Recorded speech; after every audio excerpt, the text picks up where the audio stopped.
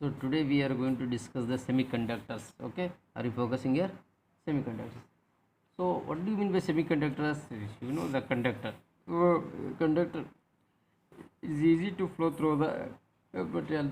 The charges are flowing very easy, or the conductor or the metal which allows the charges one way, or the metal do not allow to flow the charges, that is insulator. Partially it is the semiconductor, like this is there. But here, okay, the semiconductors, okay, based on the conductivity, if you take means, okay, the semiconductors are the material whose electrical properties is lies between the conductors and the insulators.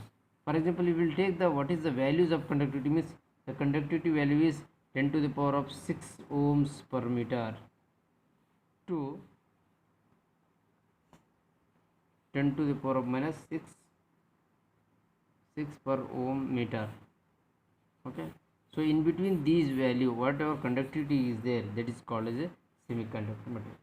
Okay, this is the conductor value, this is the insulator value. 10 to the power of plus 6 per ohm meter is the conducting value, and conductivity of 10 to the power of minus 6, okay, per ohm meter is the insulator. In between these, whatever material is there, value is there, that is called the insulator. Sorry, that is called the semiconductor. Okay, now you can also determine the materials on the base of the bandwidth. Okay, not only that, okay, based on the conducting, okay, or not only that, based on the flow of charges, okay, insulator, conductor and semiconductor. So also we are going to define, or we are going to categorize based on the band theory. Okay, what is the band theory of solids? You see, you take an example of silicon, okay, germanium, gallium, or compound of arsenic, gallium and arsenic phosphate. These are the some materials are there, okay? Some of the semiconductor materials are there. Okay, so the band structure of the metal, always the band structure of the metal is like this. Okay, so one, this, okay, this is the valence band, this is the conduction band. Okay, valence band and conduction bands are overlapped here, so overlapping one above the other, so this is called the conduction or conductors.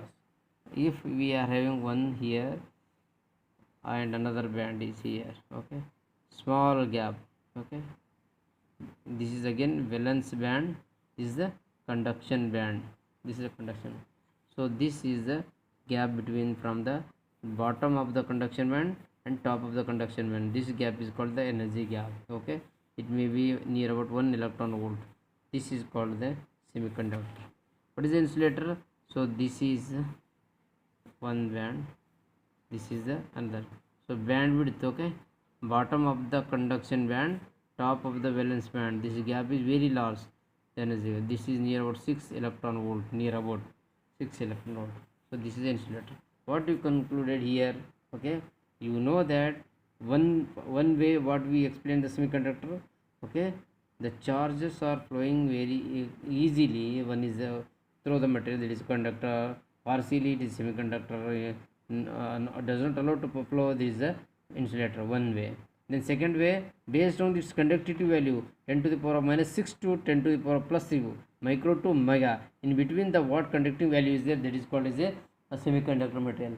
And here based on the bandwidth, means the overlapping conduction band, the valence band, this is called conductor. Or the energy gap is very small, the energy gap is very small, a gap between the bottom of the conduction band and valence band, top of the valence band is 1 electron volt. This is called semiconductor. The same energy gap is more, so that will be called as a insulator. So these are the some ideas about the semiconductor I am giving here. Okay, very clear idea I am giving here. Or you take some another example of metals in a free atoms, okay, decreases free atom, discrete energy levels are presented, but in solid materials the available energy levels where the available energy levels are so close that they form the bond. Okay, they form the bond. The energy bond in which the valence electrons are present is called as a valence bond. Valence electron is present in, it's called a valence bond, and energy in which the empty band called empty bond is called as a conduction bond. The gap between these two, is called the forbidden, we call as a, this is called as a forbidden gap, or the band gap we call the Ig. Okay, this is Ig. Where no electronic states are present in the amount of energy that should be imported, of the energy imported to the electron in the valence band, and for its migration to the conduction band. Okay, so wait 1 minute. So in a good conductors such as a metals, the conduction band overlaps like this, okay, and overlaps on the valence band. And in the insulator, okay, there is a large gap, and in the semiconductor the gap is very small. Okay, so now how many types of semiconductors we are going to discuss here? Two types of, one is intrinsic semiconductor and extrinsic. Intrinsic semiconductor is what? Okay, intrinsic semiconductor material is a pure semiconductor whose conductivity is due to only thermal agitation. If you are giving the temperature, then only it is going to flow in one direction, or it is acting as a conductivity of this material. It means only thermal agitation, due to thermal agitation the material is acting as a semiconductor, means that is called intrinsic. No extra we are going to add here, that is called intrinsic. Another one, extrinsic semiconductor. Extrinsic semiconductor means some impurities are added to the material so that its conductivity will increases. Okay, some intentionally impurity material is adding here, 1 millionth part of material adding to the metal, so that time it is acting as a semiconductor or conductive material. This is called the extrinsic semiconductor. Our example of this is a extrinsic semiconductor, or you can call it the doped. What is the doped here? Dope, see, by the virtue of which it possesses higher electrical conductivity. Okay, so that is called doped. By adding very small amount of the impurities, such as 1 part of the million pure, the semiconductor in a controlled manner, a large value of the conductivity can be achieved.